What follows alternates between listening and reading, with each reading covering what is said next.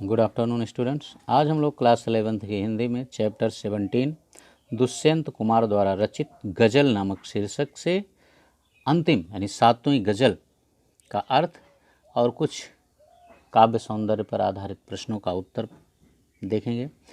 लेकिन इन प्रश्नों का उत्तर और अर्थ देखने से पहले हम आपको ये बता दें कि यदि इस चैनल को अभी तक आपने सब्सक्राइब नहीं किया है तो चैनल को सब्सक्राइब अवश्य कर लें, बेल आइकन दबा दें, जिससे कि आपके सिलेबस से संबंधित वीडियो जब भी अपलोड किया जाए तो वो सर्वप्रथम आपके पास ही पहुंचे।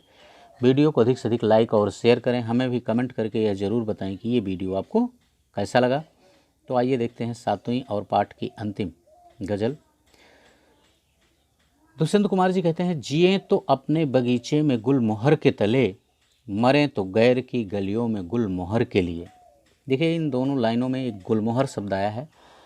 गुलमोहर जो होता है, इसे आपने देखा होगा कि एक प्रकार का ये फूलदार पेड़ होता है, इसमें फूल आते हैं जिसे हम गुलमोहर कहते हैं। लेकिन यहाँ गुलमोहर जो है वो शांति का प्रतीक है, एक प्रतीकात्मक रूप में है।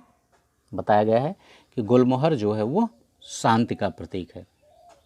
देखिए, सीधा अर्थ हम देख लेते हैं कि जिए तो अपने बगीचे में गुलमोहर के तले, यानी कवि कहता है कि जब तक हम अपने बगीचे में जिए तो गुलमोहर के नीचे, तले माने नीचे होता है, गुलमोहर के नीचे जिए, यानी जब तक हम अपने बगीचे में जिए गुलमोहर के नीचे जिए, और जब हमारी मृत्यु हो तो हम दूसरे की गलियों में, मरें तो गैर की गलियों में, यानी दूसरे की गलियों में गुलमोहर के लिए मरें। यानी इसके माध्यम से कवि यह कहना चाहता है कि मनुष्य जब तक इस संसार में जिए वह मानवीय मूल्यों को मानते हुए शांतिपूर्वक अपना जीवन व्यतीत करे, और दूसरों के लिए भी वह इन्हीं मूल्यों की रक्षा करता हुआ, गैर माने दूसरे, ठीक है ना, दूसरे के लिए भी वह इन्हीं मूल्य, मानवीय मूल्यों की रक्षा करते हुए बाहर की गलियों में मरे।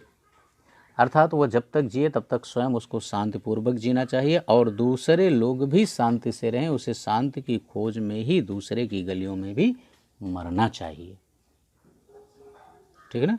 तो यहाँ गुलमोहर जो है वो शांति का प्रतीक है, शांति के प्रतीक के रूप में प्रयोग किया गया है, ठीक है। तो ये गज़लों का अर्थ यहीं पर समाप्त हो जाता है। आइए अब हम कुछ काव्य सौंदर्य से संबंधित प्रश्नों को देख लेते हैं। देखिए, यहाँ है, कहाँ तो तय था चिरागा हर एक घर के लिए, कहाँ चिराग मयस्सर नहीं शहर के लिए, यहाँ दरख्तों के साये में धूप लगती है, चलो यहाँ से चलें और उम्र भर के लिए। आपने इसका अर्थ तो पढ़ा था, ठीक है ना, कि कवि जो है वो राजनीतिक, तत्कालीन राजनीतिक स्थिति और राजनेताओं की स्थिति का वर्णन करते हुए उसने कहा था कि जब हमारा देश स्वतंत्र हुआ था तो हमारे राजनेताओं ने ऐसी घोषणा की थी, हमें आश्वासन दिया था कि हम अपने प्रत्येक नागरिक के लिए, प्रत्येक घर के लिए सारी सुख सुविधाएं उपलब्ध कराएंगे। लेकिन आज इतने दिन हो गए हमें स्वतंत्रता प्राप्त किए हुए, प्रत्येक घर की तो बात ही छोड़ दीजिए, प्रत्येक शहर के लिए भी जो अति आवश्यक सुविधाएं हैं मानव के लिए वो हमको नहीं प्राप्त हो सकी हैं, ठीक है ना। तो ये देखिए, और यहाँ दरख्तों के साये में धूप लगती है, ठीक है ना। दरख्त का मतलब होता है जैसे सामान्य रूप से पेड़, लेकिन यहाँ दरख्त का मतलब है राजनेताओं, यानी सामाजिक जो कार्यकर्ता हैं, वह संस्थाएं जो मानव कल्याण की योजनाएं संचालित करती हैं, उनके लिए यहाँ प्रतीकात्मक रूप शब्द का प्रयोग किया गया, दरख्त। अर्थात यहाँ कवि यह कहना चाहता है कि यहाँ दरख्तों के साये में धूप लगती है, अर्थात जैसे यदि हम किसी छायादार पेड़ के नीचे खड़े हों तब भी हमें उस पेड़ की छाया ना मिल करके धूप ही मिलती है।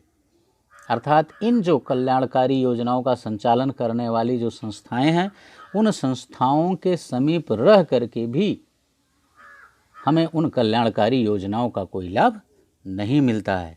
इसीलिए कवि कह रहा है कि चलो, हमारी तो अब यही इच्छा हो रही है कि हम इस स्थान को ही जीवन भर के लिए छोड़कर किसी दूसरे स्थान पर चले जाएं, ठीक है ना।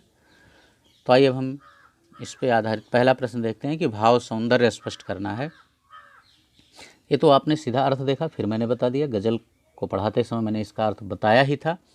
तो किस भाव को लेकर के दुष्यंत कुमार जी ने इन गज़लों को लिखा है?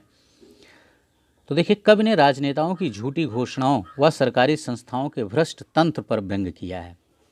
वह आज़ादी के बाद भारत में आम व्यक्ति की निराशा को व्यक्त करता है। ये इसका भाव है, ठीक ना, कि आम व्यक्ति ये सोच रहा था कि हम स्वतंत्र होंगे तो हमें इस तरह की सुख सुविधाएं मिलेंगी, आज़ादी मिलेगी, लेकिन आज ना वो सुख सुविधाएं हमको मिली हैं, ना उस तरह की आज़ादी हमको मिली है जो हमने कल्पना की थी। इसीलिए आम व्यक्ति जो है वो निराश है। यहाँ पर कवि ने उसी की निराशा को व्यक्त किया है। ठीक, ये था पहला प्रश्न। दूसरा प्रश्न कह रहा है शिल्प सौंदर्य पर प्रकाश डालें। शिल्प सौंदर्य पर प्रकाश डालना है आपको। तो शिल्प सौंदर्य हम देख लेते हैं। जैसे मैंने कहा कि यहाँ, ठीक है ना, दरख्त पेड़ के लिए आया है, सामान्य अर्थ तो इसका पेड़ होता है, लेकिन यहाँ वो संस्थाएं हैं, यानी उन कल्याणकारी संस्थाओं के लिए किया गया है कि जो मानव के लिए कल्याणकारी संस्थाएं संचालित करती हैं, ठीक है ना। तो यहाँ एक तरीके से प्रतीकों का सुंदर प्रयोग किया गया है। चिराग व दरख्त, अच्छा, चिराग का शाब्दिक अर्थ होता है दीपक, लेकिन यहाँ चिराग जो है वो सुख सुविधाओं के लिए है, ठीक है ना। तो चिराग व दरख्त जो है वो सुव्यवस्था और आशा के प्रतीक हैं। भाषा में प्रवाह है, शांत रस का प्रयोग किया गया है, संगीतात्मकता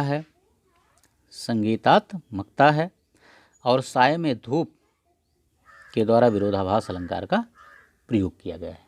यह था शिल्प सौंदर्य। बस बच्चों, इस पार्ट में इतना ही। इसके अगले पार्ट को हम पुनः आपके समक्ष नेक्स्ट पीरियड में लेकर के उपस्थित होंगे। इस पार्ट में इतना ही। Okay, thank you.